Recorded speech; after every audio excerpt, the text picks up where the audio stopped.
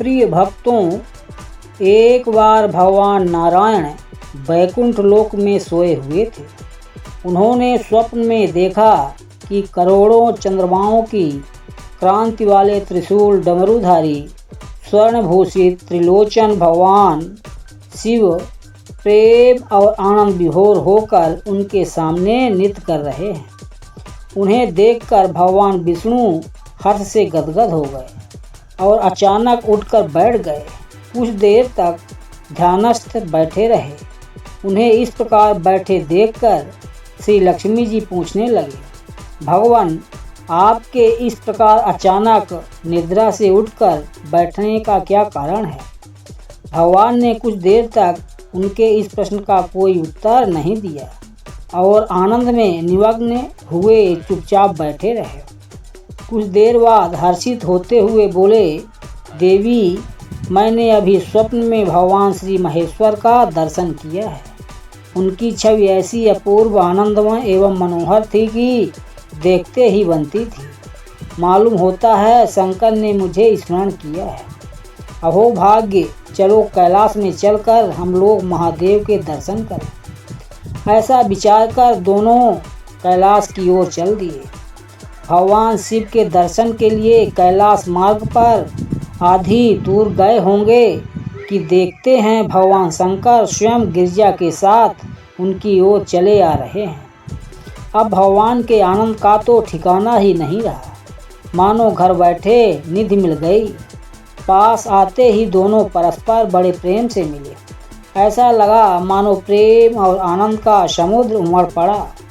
एक दूसरे को देखकर दोनों के नेत्रों से आनंद आंसू बहने लगे और शरीर पुलकायमान हो गया।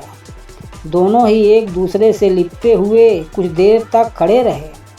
प्रश्नोत्तर होने पर मालूम हुआ कि शंकर जी को भी रात्रि में इसी प्रकार का स्वप्न हुआ कि मानो विष्णु भगवान को वे उसी रूप में देख रहे हैं जिस रूप में अब उनके सामने खड़े थे।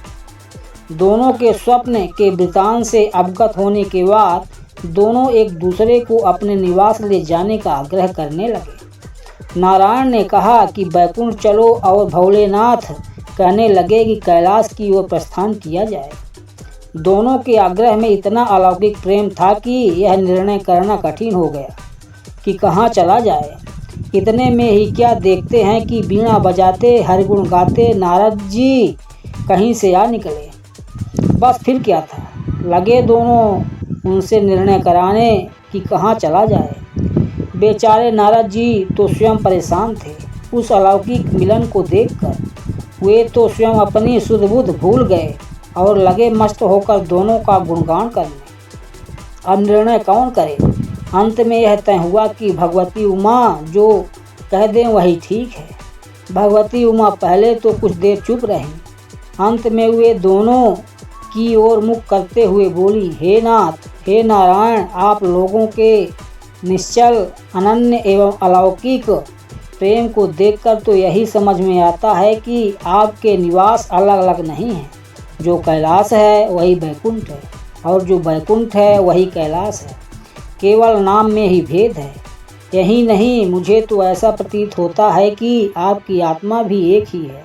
केवल शरीर देखने में दो हैं। और तो और मुझे तो स्पष्ट लग रहा है कि आपकी भार्याएं भी एक ही हैं। जो मैं हूँ वही लक्ष्मी हैं और जो लक्ष्मी है वही मैं हूँ। केवल इतना ही नहीं, मेरी तो अब यह दृढ़ धारणा हो गई है कि आप लोगों में से एक के प्रति जो द्वेष करता है वह मानो दूसरे के प्रति ही करता है। एक की जो पूजा करता है वह मानो दूसरे की ही पूजा करता है।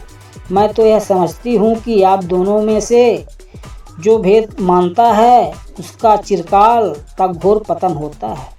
मैं देखती हूँ कि आप मुझे इस प्रसंग में अपना मध्यस्थ बनाकर मानो मेरी प्रवंचना कर रहे हैं, मुझे असमंजस में डाल रहे हैं, मुझे भुला रहे हैं। अब मेरी यह प्रार्थना है कि आप लोग दोनों ही अपने अपने लोक को पधारिए। श्री विष्णु यह समझे कि अब शिव रूप में बैकुंठ जा रहे हैं और महेश्वर यह माने कि हम विष्णु रूप में कैलाश गमन कर रहे हैं। इस उत्तर को सुनकर दोनों परम प्रसन्न हुए और भगवती उमा की प्रशंसा करते हुए दोनों ने एक दूसरे को प्रणाम किया और अत्यंत हर्षित होकर अपने अपने लोक को प्रस्थान किया। लौटकर जब श्री विष्णु बैकुंठ पहुँचे तो श्री लक्ष्मी जी ने उनसे प्रश्न किया, हे प्रभु, आपको सबसे अधिक प्रिय कौन है? भगवान बोले, प्रिय मेरे प्रियतम केवल श्री शंकर हैं। देहधारियों को अपनी देह की भांति वे मुझे अकारण ही प्रिय हैं।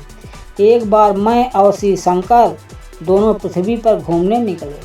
मैं अपने प्रीतम की खोज में इस आशय से निकला कि मेरी ही तरह जो अपने प्रीतम की खोज में देश देशांतर में भटक रहा होगा वही मुझे अकारण प्रिय होगा।